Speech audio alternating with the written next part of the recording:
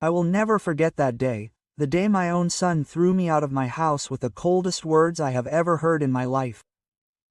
Dad, you can't live here anymore. Now the ones who are going to stay are my in-laws.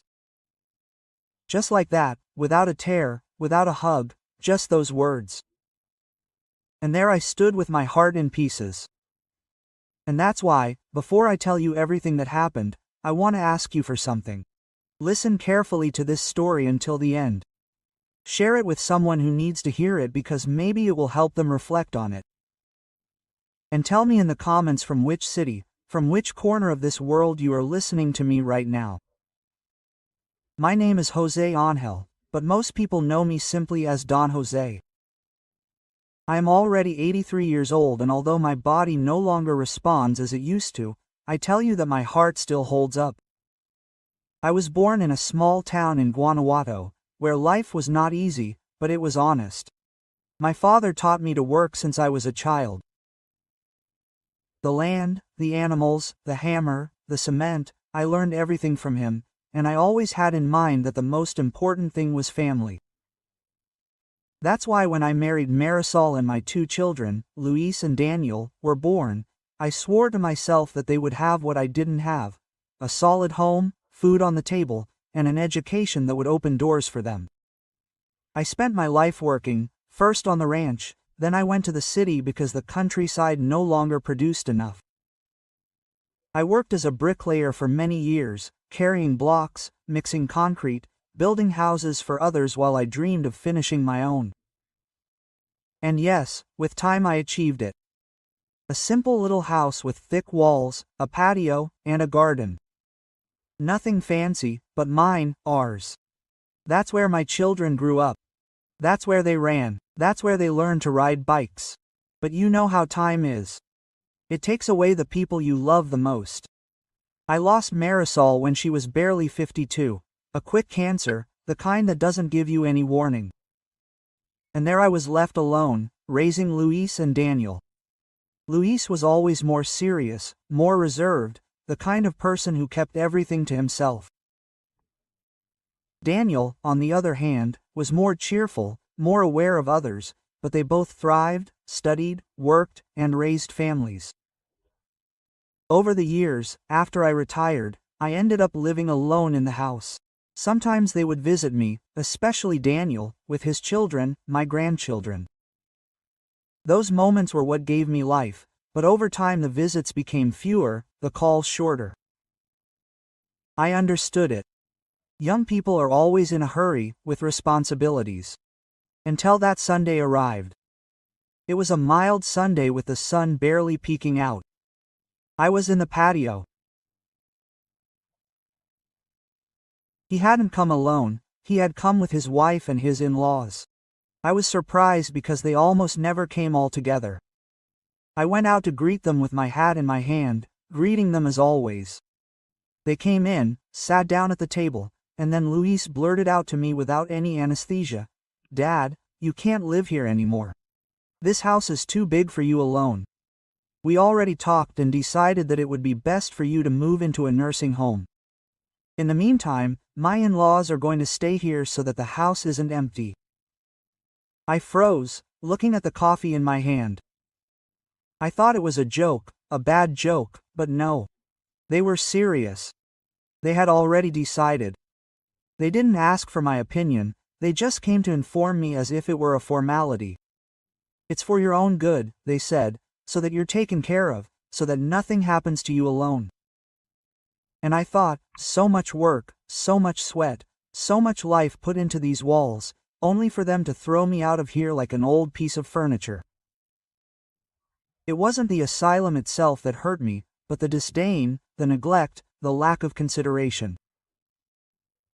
Not a hug, not a tear, just that coldness. I slowly got up, leaning on the table, and told them yes, if that was what they wanted, it was fine. But inside, I tell you, I felt like my heart was breaking into 1,000 pieces, because one can put up with a lot, but you don't expect that from your own son. Luis and his wife stayed talking, organizing things, saying they would come back the next day to help me pack. My in-laws looked the other way without saying anything. I wasn't listening anymore. I just looked around, at every corner of the house, the photos on the wall, the old armchair where I used to sit to read, the tree in the yard where my children's swings hung. Everything that would now be in the hands of others. But what they didn't know. And this is where this story really begins. I was no old fool, and what I did next, I swear, is something that no one at that table imagined. Something that to this day they have never been able to forget. That night, after they left, I was left alone in the house. I didn't turn on the lights, I didn't put on any music, I didn't even want to eat dinner. I just sat in the rocking chair on the patio, looking at the dark sky, the stars up there, thinking. And while I thought, Luis's words kept going around in my head. You can't live here anymore. As if you were no longer useful, as if you were just a hindrance.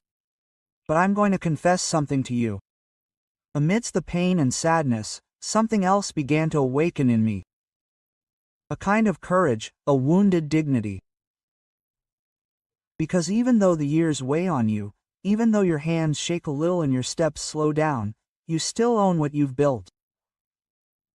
That house, those walls, that land, everything. That was in my name. And there was something that Luis, in his haste to get rid of me, seemed to have forgotten. You see, when I built this house, I did it with great sacrifice, not only in money, but in paperwork, in procedures, in making sure that everything was properly registered. That house was in my name and my name alone.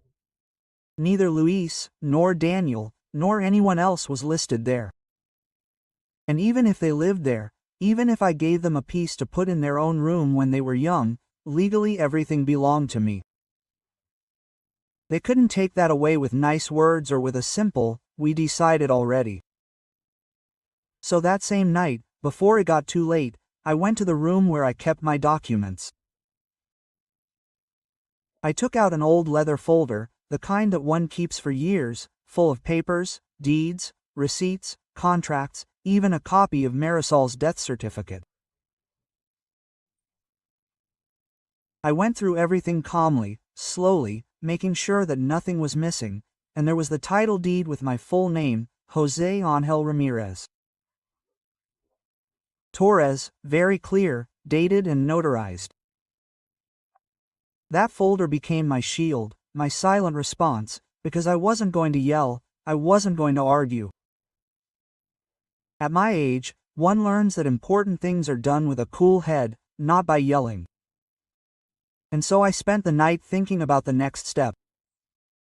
The next day, as they had said, Luis and his wife arrived early. They were carrying boxes and bags, as if everything had already been decided.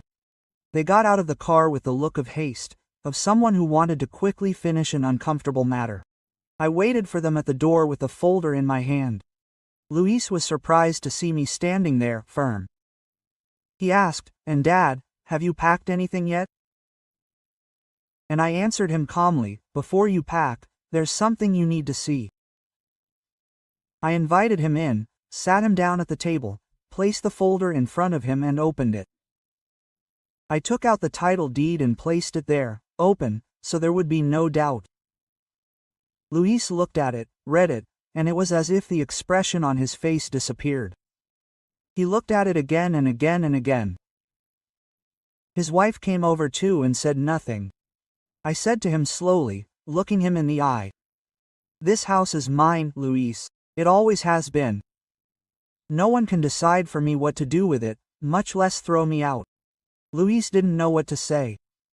He mumbled something like that wasn't what they wanted, that they were only thinking about my well-being. But I wasn't in the mood to listen to excuses anymore. I told him that I respected that they wanted to take care of me, but not at the cost of taking me out of my own home, of putting others in my place. That was it. There was no yelling, no crying, just that uncomfortable silence that you feel when someone realizes they've really messed up. But I wasn't thinking to be alone with that. I knew that if I let it go, someday they could try again or even do something worse. That's why, that same day, after they left, I called a lawyer, a lifelong acquaintance, a trusted friend.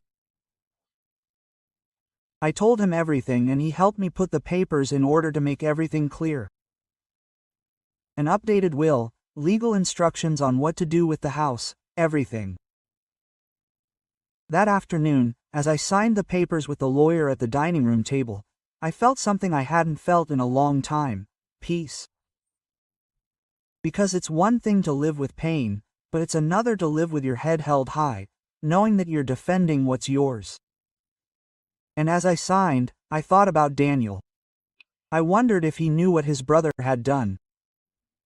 And there, at that very moment, I made the decision to look for him, to call him, to tell him the truth about everything that was happening. Because if there's one thing I've learned after so many years, it's that silence sometimes hurts more than the worst of words. Not a day had gone by since I put everything in order with the lawyer, when I grabbed the phone with slightly shaky hands but with firm determination, and dialed Daniel's number.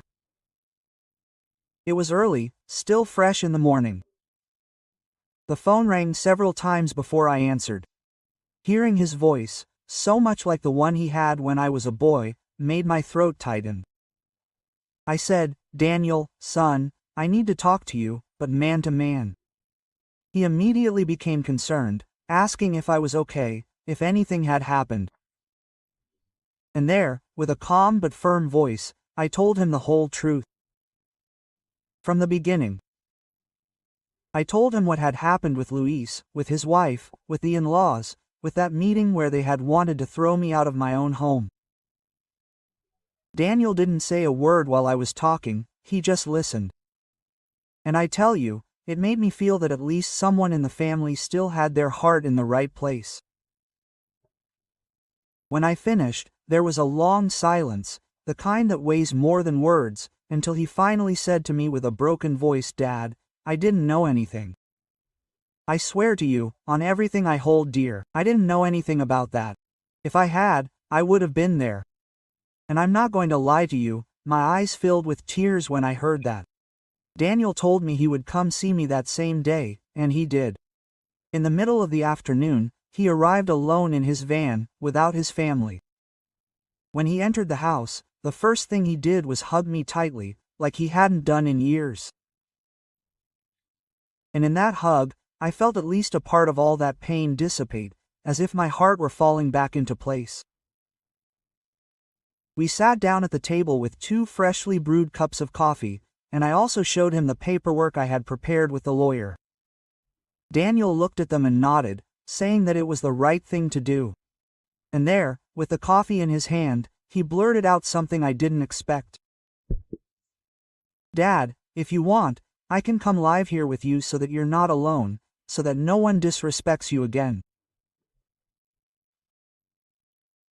And I confess that inside I felt relief, but also pride, because I hadn't asked him for anything, I hadn't made any demands, and yet he still offered to be there as a real family. I told him I would think about it, that I was grateful from the bottom of my heart, but that I needed a few days to sort things out. Because at my age, you learn that decisions aren't made in the heat of the moment, but with a cool head. And as we talked, as we remembered times gone by, I felt something inside me start to blossom again.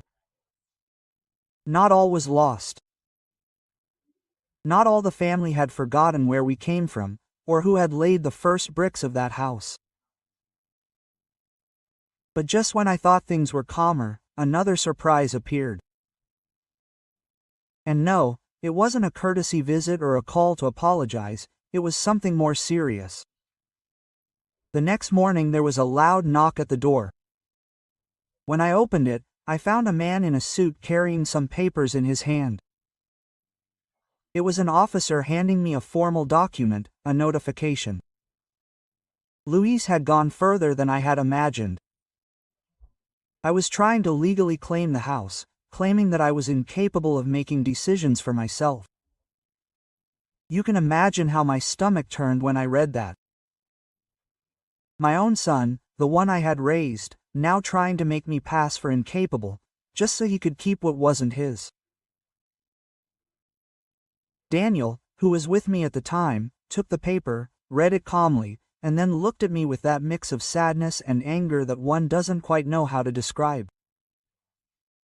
He put his hand on my shoulder and said, "Don't worry, Dad. This isn't going to stay like this." And there, my friend who was listening to me, I knew that the real fight was just beginning, because it's one thing for someone to try to take advantage of you with words, but quite another when they start messing with what rightfully belongs to you.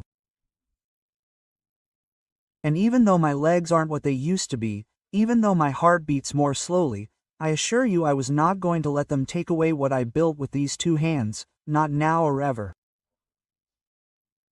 That same afternoon, after receiving the notification, Daniel did not sit idly by. While I sat in the rocking chair on the patio, looking at the horizon with the folder of documents still on the table, he was already making calls. He called his trusted lawyer. He explained the whole matter calmly but firmly. I listened to him on the phone, and inside I felt a strange mix of pride and sadness. Pride because one of my sons was there defending me. Sadness because the other had gone so far with his ambition. Daniel told me that the first thing was to go immediately to a court to certify that I was in full use of my faculties. He looked me in the eyes, almost like a child asking for my permission, and asked me, "Are you up for it, Dad?" And I told him with all my heart, "Of course, son, I'm not going to let you." The next day we were already sitting in front of a medical specialist, a serious but respectful man. He ran tests on me, asking me questions that seem silly but are useful for checking if you still have your head right. Names, dates, things from memory. I answered everything, always looking the doctor in the eye, with a peace of mind of knowing that I had nothing to hide. In the end, the doctor smiled at me and said, "Don Jose, you are clearer than many young people I see around here." With that report in hand, Daniel and the lawyer proceeded to file an appeal with the court. Everything was legal, step by step, without causing a scandal. And in the meantime, at home, I continued with my usual life, watering the plants, sweeping the patio, cooking my beans like every morning, but with one difference. Now my heart was calmer, knowing that I was not alone. One afternoon, as I sat in the living room armchair reading the newspaper, there was another knock at the door. I thought it was a neighbor, but when I opened it I found myself face to face with Luis. Alone without his wife or in-laws. He had a pale face, like someone who hadn't slept well. He stood there, not knowing whether to go in or not. I didn't say anything, I just looked at him, waiting for him to speak first, and after a few seconds he finally did. "Dad, I came to talk to you, to ask you for forgiveness. I'll be honest with you. At that moment I didn't know what to feel. It wasn't anger, it wasn't joy. It was something harder to explain, like a mix of distrust and relief." I told him to come in, to sit down, and there, at the same table where he had wanted to kick me out a few weeks ago, now he was asking for my forgiveness. Luis lowered his head and with a broken voice he confessed to me that the whole thing had been his wife's idea, that he hadn't had the courage to say no, that he had let himself be carried away by the pressure, by the fear of losing things. He told me that now he understood, that what they had done was disrespectful, a betrayal. I listened to him in silence, without interrupting him, and when he finished I told him something that I had kept in my heart all those days. "Luis, you can make mistakes, son, but what you can never lose is respect, neither for others nor for yourself." I didn't yell at him, I didn't reproach him, that's all, because at my age you don't feel like fighting over old stuff anymore, but you don't forget so easily either. Luis asked me to please not continue with the legal process, that he didn't want everything to be made public, that he was embarrassed.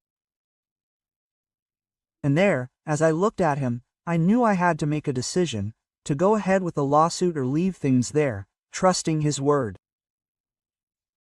I took a moment to think about it. I told him I would give him my answer the next day, because those decisions aren't made with a warm heart, but with a cool head. That night, while the wind stirred the leaves of the big tree in the yard, I sat in the rocking chair looking at the stars, thinking, remembering all the years of work, sacrifice, and love given without expecting anything. And I also thought about Marisol, about what she would have done in my place. And there, with a calm heart, I made my decision. The next morning, the air was fresh, like one of those days that smells like wet earth, even though it hadn't rained. I got up early, made my coffee as usual, and before the clock struck 9, Luis was already there knocking on the door. This time alone again. With his hands in his pockets and his eyes downcast, like a boy waiting for punishment. I opened the door without saying much, let him in, and we sat down at the table. I took out the folder with the papers once more and put it on the table as if I were putting a card face up. Luis swallowed. I wasn't looking at him angrily. I'm telling you the truth. I looked at him like someone looks at a son who has lost his way but still has a chance to make amends. I poured him a coffee and said to him slowly, I've thought about it, son, and the decision has been made. Luis looked up expecting the worst, and then I said, I'm not going to continue with the lawsuit. Not because you asked me to, but because I don't want to carry that in my heart anymore. But things will be clear from today on. I explained to him that the lawyer had already set everything in order. The house was still in my name and it would remain that way until the last of my days. No one would be able to lift a finger without my permission. I told him that if I ever decided to sell, give away or leave it as an inheritance, it would be of my own free will and not because of pressure from anyone. And that from that day on I wanted my space, my time and my life to be respected, nothing more and nothing less. Luis didn't say anything at first, he just nodded his head, his eyes glazed over and there, for the first time in a long time, I truly saw him as that little boy who ran around the yard looking for my arms when he fell. He wasn't the cold man of the last few weeks, he was my friend again. After a while he asked me for a hug and I confess it was hard, but I gave it to him. Because you can have a broken heart, but not one made of stone. I hugged him tightly, patting him on the back and there, at that moment, I felt that at least part of all that weight had lifted. After that, Luis left and I was left alone again, but not with the sadness I had before, but with that calm that comes only from knowing that you did the right thing. That same afternoon, Daniel came to see me. I told him everything in detail and he didn't really agree. At first, he told me that he would have preferred that I continue with the process to set a clear example, but he also understood. Because Daniel was always like that, at heart, a great listener before he spoke. The two of us stayed in the patio watching the sunset and that's when he said something to me that left me thinking for days. Dad, what if one day I also make a mistake? You would forgive me anyway. Quote. I looked at him with a sad smile and said, Son, forgiveness is for those who recognize their mistakes, not for those who keep walking as if nothing happened. And in that silence with the sun setting behind the hills, I felt that somehow everything was in its place, but the story didn't end there, because a few days later I received a letter that would change the course of everything. A letter I wasn't expecting from a person who hadn't written to me in years. The letter arrived one morning folded in two and shoved under my front door. It had no return address, just my name, written by hand in a handwriting that seemed familiar to me but I couldn't place at the time. I took it carefully, as if it were something fragile, and sat down at the dining room table, where I used to drink coffee every morning. I opened it slowly, unhurriedly, and when I began to read the first few lines, my heart skipped a beat. It was from Marta, my daughter-in-law, Luis's wife, the woman who had been by my side for years at family meals, at Christmas, at the grandchildren's birthdays, and who had ended up being one of the reasons why they had wanted to throw me out of my own home. In the letter, Marta asked me for forgiveness. These weren't grandiloquent words, nor was it a cheap excuse. It was a short, direct text, written in blue ink. She told me that she had realized the damage she had caused, that she had acted out of fear, wanting to protect her family, but that in the end she had understood that what they had done to me was unjustified. She also told me that she had decided to separate from Luis for a while to put things in order in her own head, and that all she asked was that he not keep her in his heart as an enemy. I'll be honest with you. I finished reading that letter with my eyes full of water. Not because I was thinking about Marta herself, but because I understood that sometimes life teaches you the hardest lessons at the times you least expect them. That letter didn't change the past, but it did make it clear to me that she had learned something too. I kept the letter in the folder of papers next to the house deeds, not because it had any legal value, but because for me it had value as a word, as closure. That same day I told Daniel. He was thoughtful, looking at the paper in his hands, and only said, "Life is full of things, isn't it, Dad?" And yes, life is full of things. The days passed more peacefully after that. There were no more visits from Luis or the in-laws. Everything fell silent. A good silence, the kind that doesn't weigh you down, but rather provides rest. I continued with my routine, taking care of my plants, watching the morning news, cooking my beans and rice. And one afternoon, sitting in the rocking chair watching the sunset, Daniel said something to me that got me thinking. "Dad, have you ever thought about selling this house and moving somewhere else?"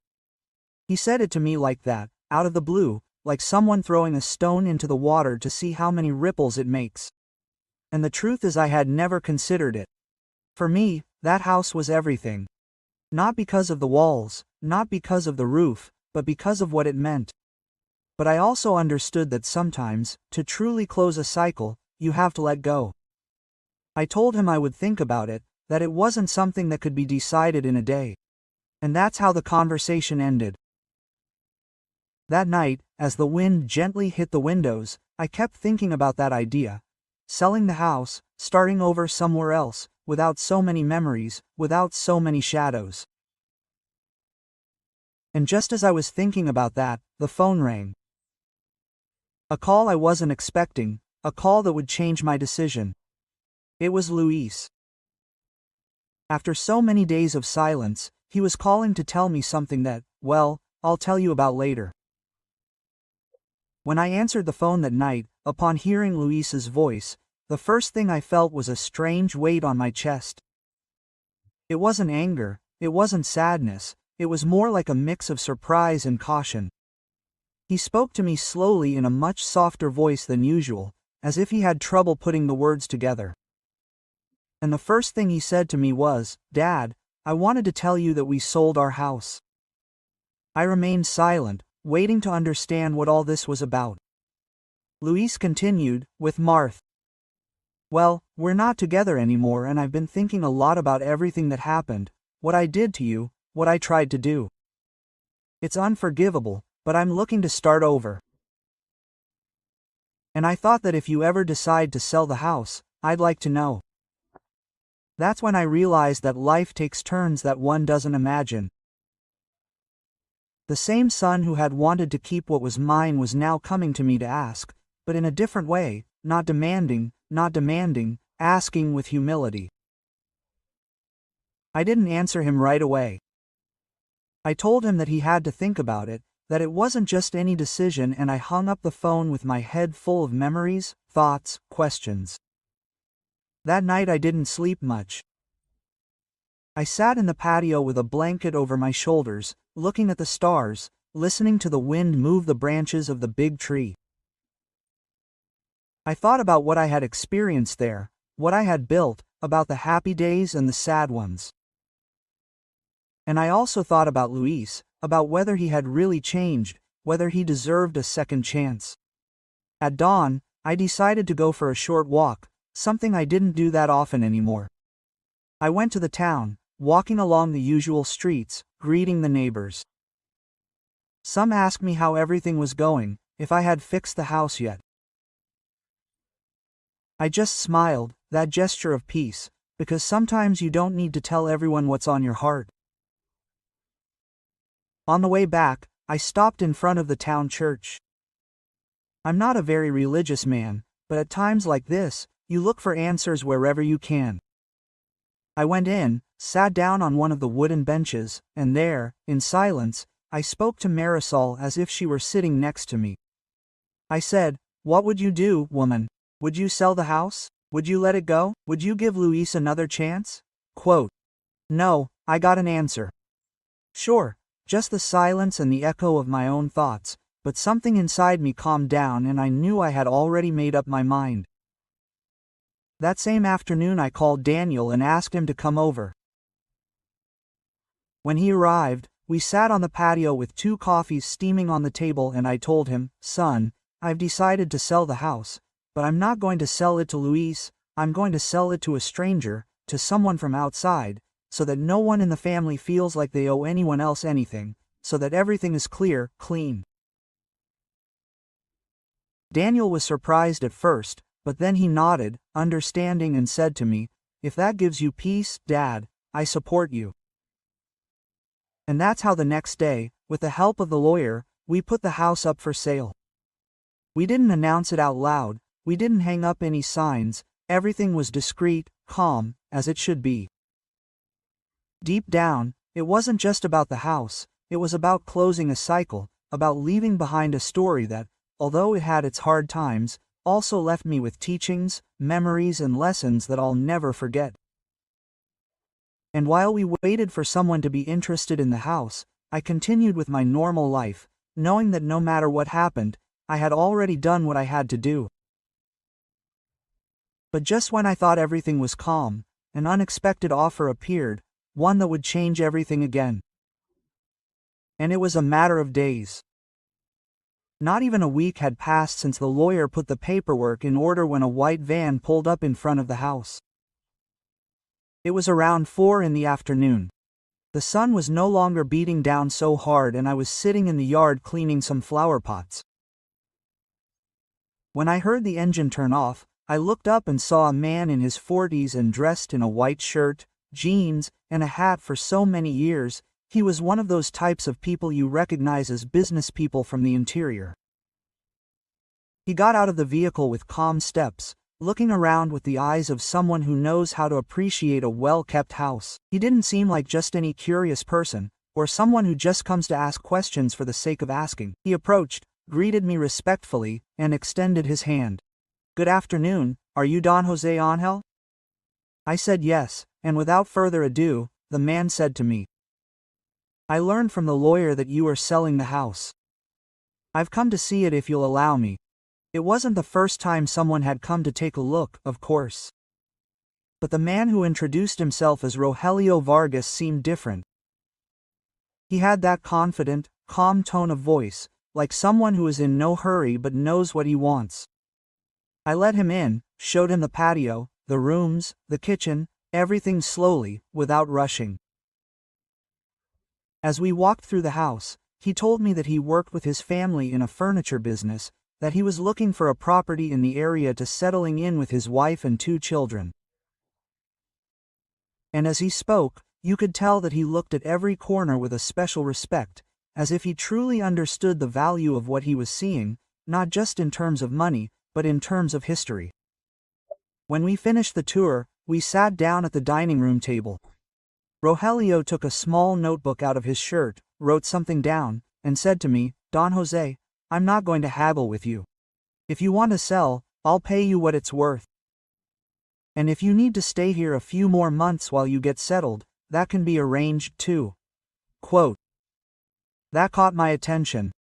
Not everyone has that kind of consideration.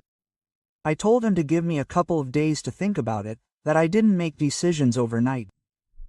And he understood immediately. He said goodbye with the same calm with which he had arrived, and as I watched him leave I felt a mixture of relief and nostalgia. That night I called Daniel. I told him everything step by step, and he listened to me in silence.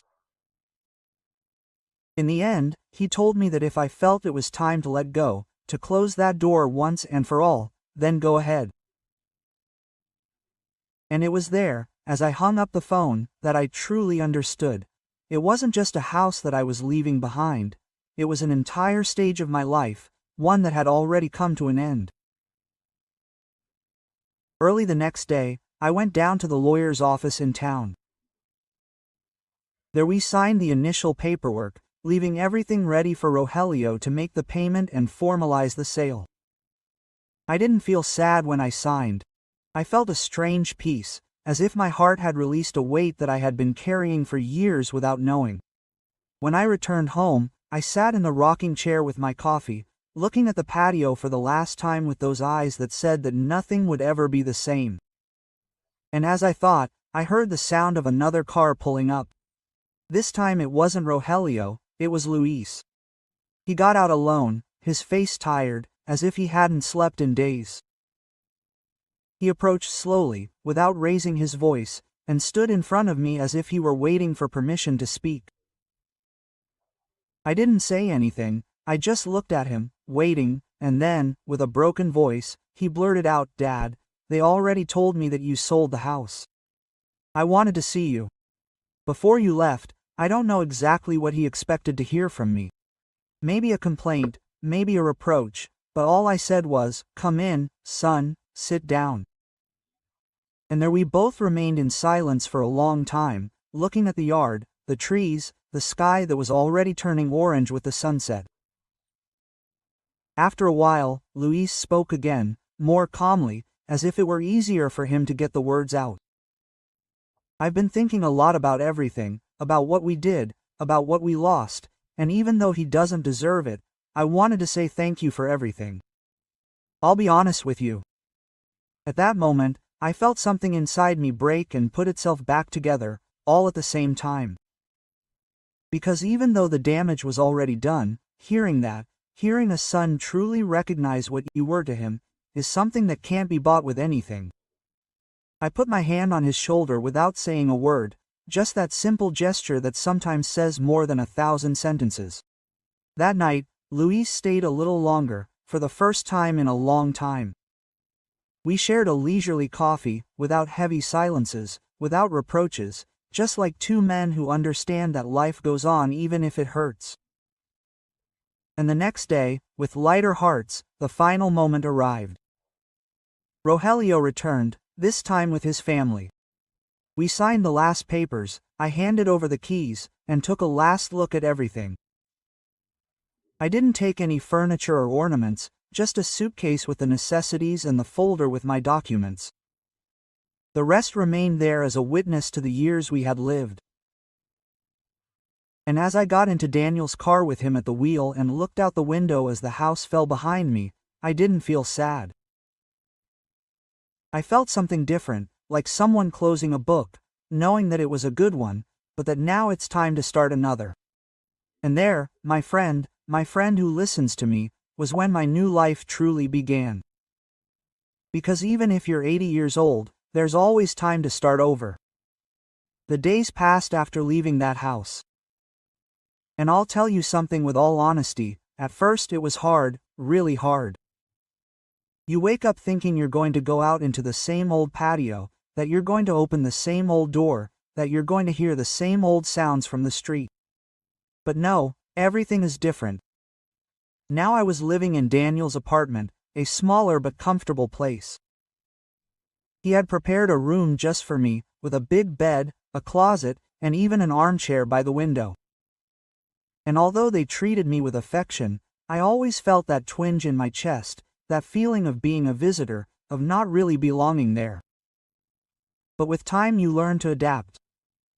I continued with my routine.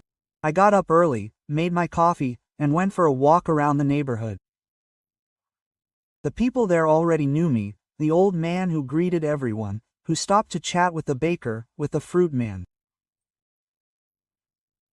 And little by little I came to understand that the value of things is not in the walls or ceilings, but in the people you carry in your heart.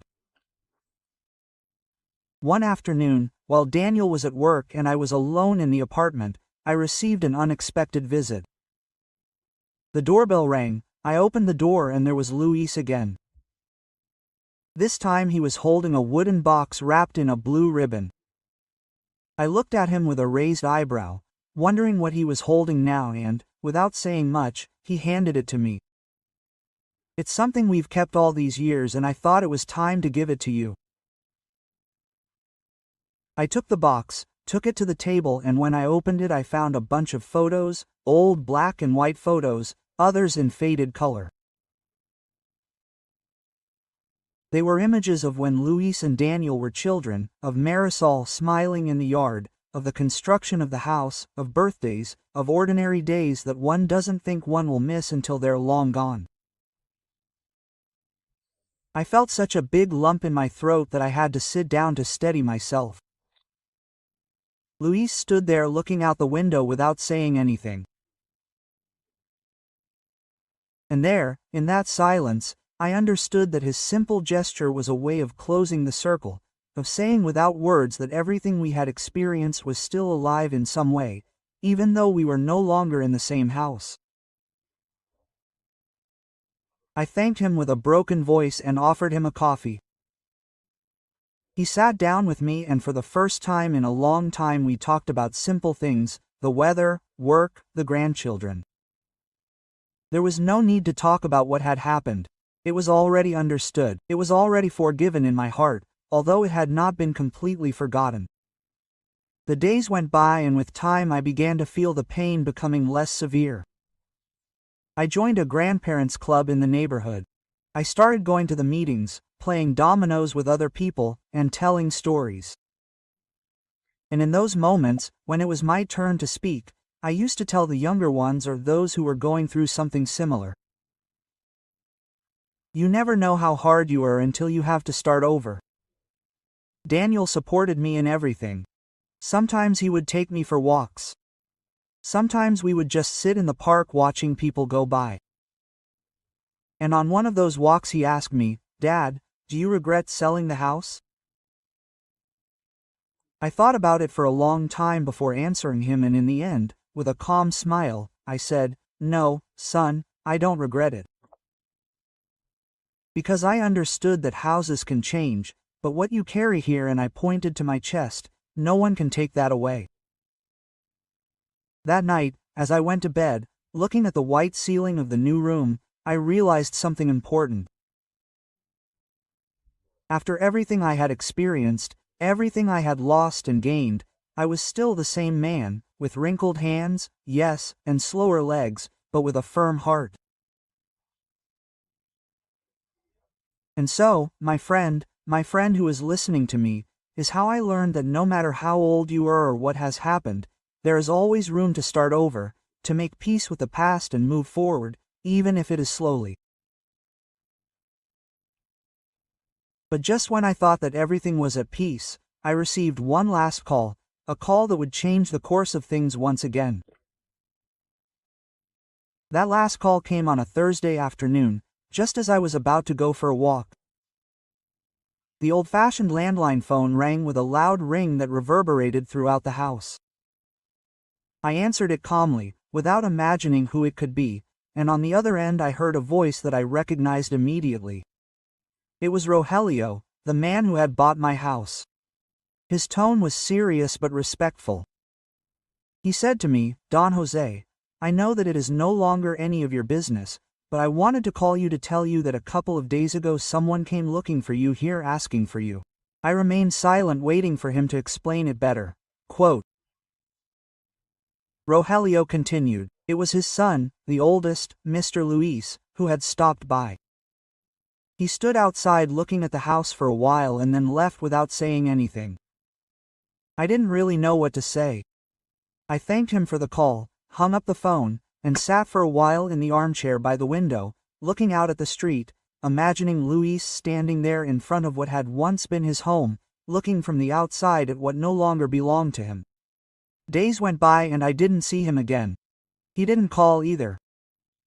And that's when I understood that even though we had made peace in our hearts, he still carried something of his own, a weight that only he could let go of. For my part, I had done everything I had to do. I had nothing left to do. As time went by, Daniel's apartment began to feel more like mine. I hung up the photos that Luis had brought me, arranged my things my way, and continued with my simple life. Coffee in the mornings. Walks, games of dominoes with friends from the club.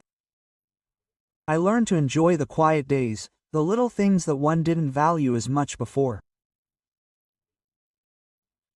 One day, while I was in the park, sitting on a bench under the shade of a large tree, a young man in his 20s who looked like a student approached me. He asked if I could sit next to him, and so we began to talk. He asked me about my life, my age, my stories, and without thinking much about it, I told him, just as I am telling you now, everything that had happened with my house, with my children, and with the changes I had made in my life. The young man listened attentively, and in the end he said something that made me think. You have a strength that is no longer seen, Don Jose. Most people give up when things like this happen to them. But you keep going, and those words touched me deeply. Because perhaps one does not realize what it means to keep moving forward until someone from the outside tells you. That afternoon, on my way home, I sat at the table with Daniel and said to him, Son, I don't need anything else. I have enough. Whatever comes next is a gift. Quote. And he just smiled and patted me on the shoulder, as if to say, that's right, Dad. Over time, that feeling of peace grew stronger. I no longer thought so much about the past, or the house, or what had been lost. I only thought about the day-to-day, the present, enjoying what I had now, health, family, a place to sleep, and, above all, a peaceful heart. And that's how I closed that chapter of my life, with my head held high, with a clear heart, knowing that I did what I had to do. Because you don't choose everything that happens to you, but you do choose how to move forward after it happens. And that's why, my friend who is listening to me, I want to tell you something before I finish this story. If you've made it this far, I thank you for listening, and I also want to thank the Cafe Con Bobo channel for the opportunity to let me tell my story. And to help this channel, subscribe here and share this video because every day there's a new story and who knows, one of them could be similar to yours. Also, now tell me, from which city are you listening to me? And you, if you were in my place, what would you have done?